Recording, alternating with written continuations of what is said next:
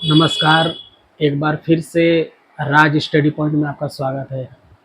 आज हम लोग पढ़ने वाले हैं क्लास 11 का ज्योग्राफी, जो कि पहला चैप्टर होगा हमारा।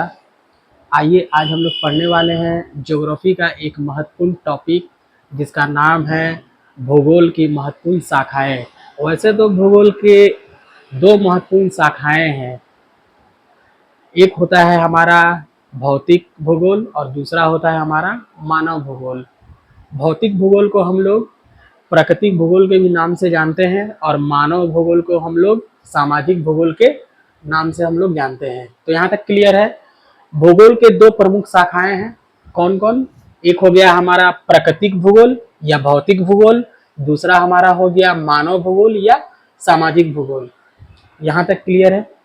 अब देखिए, इन दोनों विषयों को, मतलब ये जो दोनों शाखाएं हैं, भौतिक भूगोल और मानव भूगोल, इसके अंतर्गत बहुत सारे भौगोलिक, या हम यूँ कहें कि जलवायु विज्ञान, या बहुत सारे भूगोल का हम लोग अध्ययन करने वाले हैं, जो कि आपके एग्जाम में डायरेक्ट एक दो प्रश्न पूछे जाते हैं।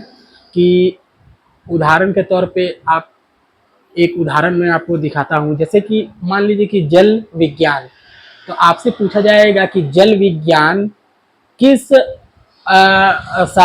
भूगोल के वो किस शाखा के अंतर्गत इसका अध्ययन किया जाता है, या ये किसके अंतर्गत आता है।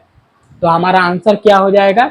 भौतिक भूगोल। तो भौतिक भूगोल के अंतर्गत जल विज्ञान आता है। ठीक है, तो पहले हम लोग प्राकृतिक भूगोल या भौतिक भूगोल, दोनों का नाम अलग अलग है, प्राकृतिक भूगोल या भौतिक, लेकिन चीज एक ही है।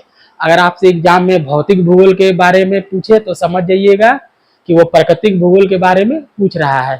ठीक है, तो आइए एक एक करके हम लोग जिक्र करते हैं। जैसे खगोल भूगोल, कहने का मतलब है खगोलीय भूगोल। खगोल भूगोल किसके अंतर्गत आता है? तो भौतिक भूगोल के अंतर्गत। ठीक है, भू आकृति विज्ञान किसके अंतर्गत आएगा?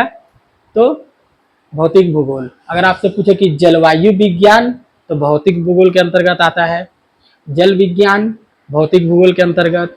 मृदा विज्ञान या जैविक भूगोल, ये सारे के सारे प्राकृतिक भूगोल या भौतिक भूगोल के अंतर्गत आते हैं, या फिर भौतिक भूगोल के अंतर्गत इन सारे का सभी का अध्ययन किया जाता है। यहाँ तक क्लियर है। अब देखिए मानव भूगोल। ठीक है, मानव भूगोल के अंतर्गत कई सारे शाखाएं हैं। जैसे आर्थिक भूगोल हो गया आपका, संसाधन भूगोल, जनसंख्या अधिवास भूगोल, ऐतिहासिक भूगोल, राजनीति भूगोल, नगरीय भूगोल या शहरी भूगोल। ठीक है, ग्रामीण भूगोल, कृषि भूगोल, उसके बाद वाणिज्य भूगोल, पर्यटन एवं परिवहन भूगोल, औद्योगिक भूगोल।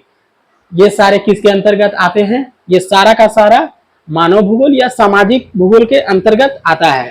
ठीक है, और ये वाले सारे किसके अंतर्गत आते हैं? प्राकृतिक या भूगोल के अंतर। अब देखिए यहाँ से प्रश्न कैसे पूछे जाते हैं। एकदम डायरेक्ट प्रश्न आपसे पूछेगा कि मृदा विज्ञान किस भूगोल के अंतर्गत आता है, या किस भूगोल के अंतर्गत इसका अध्ययन किया जाता है। तो आप बताइए, मृदा विज्ञान का अध्ययन किसके अंतर्गत किया जाता है, या मृदा विज्ञान किसके अंतर्गत आता है? तो हमारा आंसर हो जाएगा प्राकृतिक भूगोल या भौतिक भूगोल। यहाँ तक आंसर सही है। उसके बाद देखिए जैविक भूगोल। जैविक भूगोल किसके अंतर्गत आता है?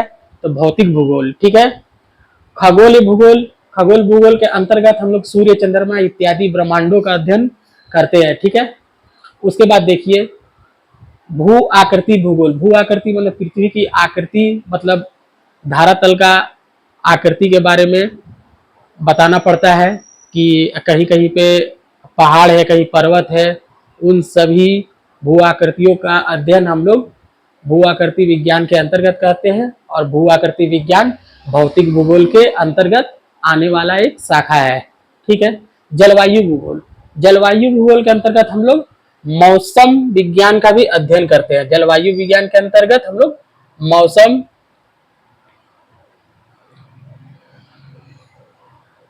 विज्ञान का अध्ययन करते हैं। ठीक है, मौसम विज्ञान किसके अंतर्गत आएगा? जलवायु के अंतर्गत। अगर मान लीजिए जलवायु के अंतर्गत आया, वैसे भी अगर मौसम पूछे तो ये सारे के सारे भौतिक भूगोल के अंतर्गत आ जाएगा।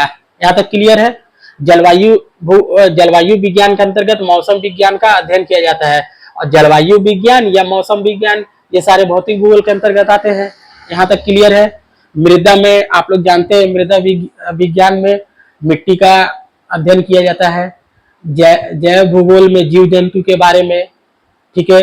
जल विज्ञान में जल से संबंधित सारे विषयों का अध्ययन किया जाता है। झरना हो गया, तालाब हो गया, नदी इत्यादि वर्षा के बारे में जल विज्ञान के अंतर्गत अध्ययन किया जाता है। यहाँ तक क्लियर हो गया। अब देखिए आर्थिक भूगोल। अब हम लोग मानव भूगोल और सामाजिक भूगोल के अंतर्गत पढ़ेंगे। ये तो हो गया हमारा प्राकृतिक भूगोल, ये प्राकृतिक से होने वाले सारे चीजें हैं, ये प्राकृतिक चीजें हैं सारे। अब देखिए मानव भूगोल। मानव भूगोल या सामाजिक भूगोल।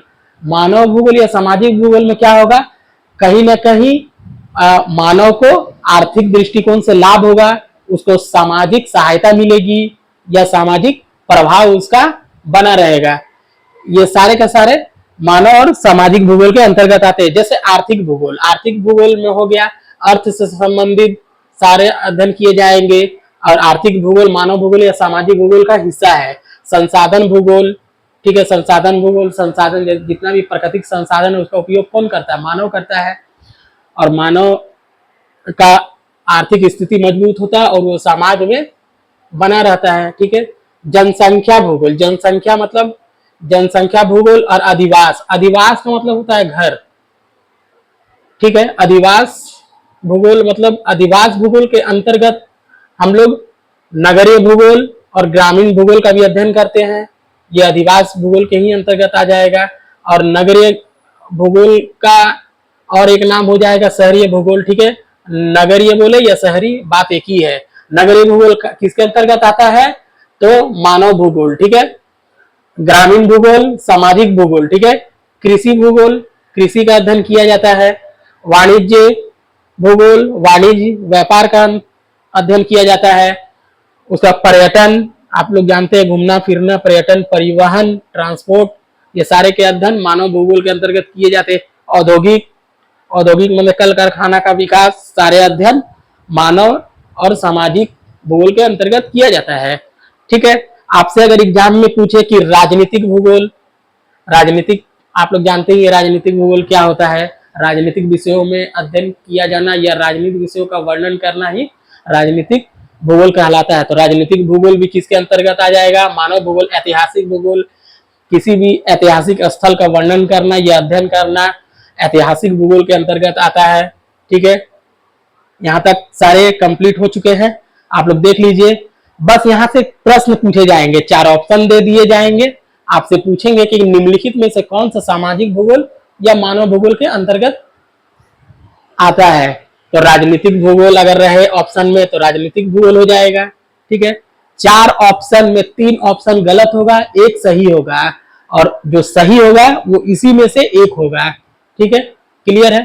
तो आर्थिक भूगोल किसके अंतर्गत आता है, मानव भूगोल। संसाधन भूगोल, मानव भूगोल या सामाजिक भूगोल। ऐतिहासिक भूगोल, मानव भूगोल या सामाजिक भूगोल। राजनीतिक भूगोल, मानव भूगोल या सामाजिक भूगोल। नगरीय भूगोल, मानव भूगोल या सामाजिक भूगोल। ग्रामीण भूगोल, मानव भूगोल, ठीक है। कृषि भूगोल, मानव भूगोल। वाणिज्य, पर्यटन, औद्योगिक, ये सारे के सारे किस में आ जाएंगे, मानव भूगोल या सामाजिक भूगोल के अंतर्गत। आप लोग नोट डाउन कर लीजिएगा या स्क्रीनशॉट ले लीजिएगा। अब यहाँ आइए प्राकृतिक भूगोल को एक बार हम लोग दोहरा ले। प्राकृतिक भूगोल या भौतिक भूगोल, इसके अंतर्गत कौन कौन आएगा, खगोलीय भूगोल, ठीक है। इसमें सूर्य, चंद्रमा इत्यादि ब्रह्मांड का अध्ययन किया जाता है। भू आकृति विज्ञान किसके अंतर्गत आएगा, प्राकृतिक भूगोल या भौतिक भूगोल। जलवायु या मौसम विज्ञान किसके अंतर्गत आएंगे, प्राकृतिक या भौतिक भूगोल के अंतर्गत, ठीक है। देखिए जलवायु विज्ञान में मौसम विज्ञान का अध्ययन किया जाता है। ये जलवायु मौसम विज्ञान इसी का अंतर्गत आता है, जलवायु विज्ञान। और जलवायु विज्ञान किसके अंतर्गत आएगा, भौतिक भूगोल के। यहाँ तक क्लियर है, ठीक है। जल विज्ञान, ये सारे प्राकृतिक या भौतिक। मृदा हो गया, जैव भूगोल, ये सारे के सारे प्राकृतिक भूगोल के अंतर्गत आते हैं। यहाँ से डायरेक्ट क्वेश्चन पूछे जाते हैं। आशा करते हैं दोस्तों आपको समझ में आया होगा। फिर हम लोग मिलते हैं एक नए वीडियो के साथ, तब तक के लिए धन्यवाद।